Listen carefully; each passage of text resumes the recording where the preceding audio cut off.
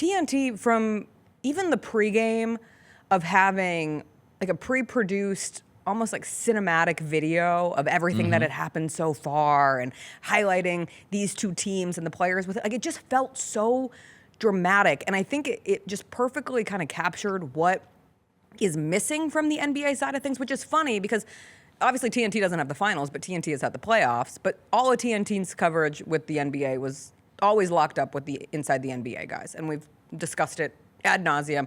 They're a comedy show. They do a tremendous job. They're so entertaining, but it doesn't necessarily like give you the gravitas that the hockey broadcast gave, or that a football game broadcast would give, or I've seen a lot of people bring up like international soccer and how it does. And it treats the product so seriously.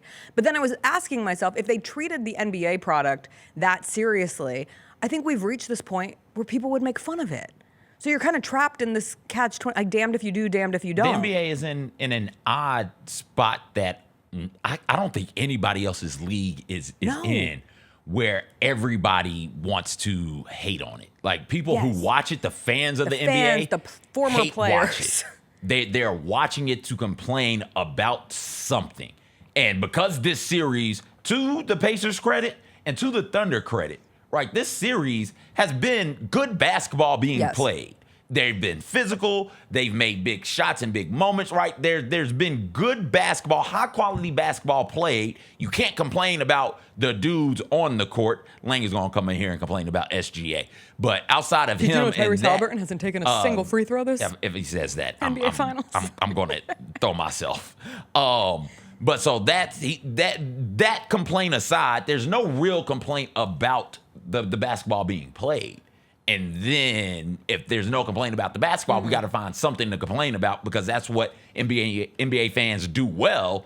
And so the complaint now is, and I think it's rightful to point out, but it shouldn't be one of the first 5 or 6 things you say about this finals. It is fair to point out, hey, it just doesn't feel the same. There aren't the packages that can be put together. Even it's ESPN. They do a tremendous job making the college football bowl season and playoff feel different and feel special. There's not the packages there. There's not the analysis there. The analysis is bad. The building up of the players. So much time is spent tearing down, and we don't not see. To bring they up, don't. Jeffrey Ryan was on with him and Kevin Cerrito on Wednesday. He brought up like, show us the player introductions. Yes. Like that. And that's what NBC is going to do next year, even in the regular season. And I think it's really exciting that NBC has a chance. And I trust NBC. They do the Olympics. They do the NFL broadcast. But what the TNT thing made me realize is just because you share that partner doesn't necessarily mean they're going to nail it. Because that hockey presentation, widely different than the feel that I even got through the NBA postseason. And like right now, the issue is with ESPN and ABC. Like when your most notable voice in Stephen A. Smith is getting in like little silly fights with Tyrese Haliburton about perceived grievances and coming and saying essentially like, I'm bigger than you. Many have tried to come and take me down before, but you won't and nobody has. That's bad.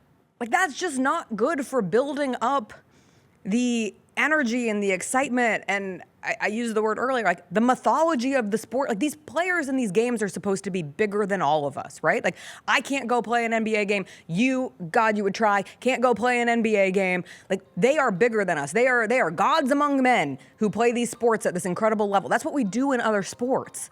And I saw somebody on TikTok brought up, one of the reasons it works on the NFL side is because you put the mask on. Right? Like there's this separation between the man and then what they are in the arena, and you put the mask on and the pads on. But the sport that doesn't do that, soccer, international soccer, the real football, and the way they do it is through the broadcast. It's through these like really dramatic soliloquies and monologues about these players. And I swear, all I could do was try to imagine one of the NBA broadcasters doing something like that. And I can't. And if they did, everyone would make fun of it. I'm like, oh, this person's blazing so hard right now. They don't have anybody whose analysis is respected enough to do that. They don't. Ernie could. Ernie Johnson could. Ernie could. Ernie absolutely could sit down or stand up in front of a screen and be like, hey, give me 2.5 minutes, 3 minutes, and let me tell you why this moment is special. I don't think anybody else could. I mean, Windhurst.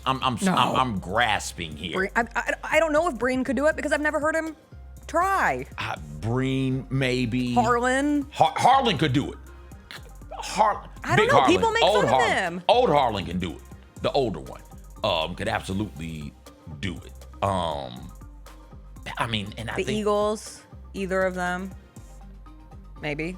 Again, I don't know because I we think haven't heard it Ian done. could. I'm not sure if Noah could, but yeah, we can throw them in there. But point is, those aren't the faces of the discourse around the NBA. But it would be it would also be such a jarring pivot from, well, I don't know, is Tyrese Halliburton a superstar versus trying to be like, and there he is once again on the brink of a triple-double, just one rebound shy, leading this Pacers team with the fans in Indiana saying in 49 other states, it's just basketball, but Tyrese Halliburton. Like, if someone started saying that, you'd be like, oh my God, who's this joker?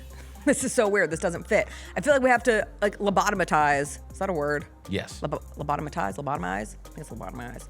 NBA fans and start over. But we can't do that. The Jessica Benson Show with CJ Hart, live every weekday at 8 a.m.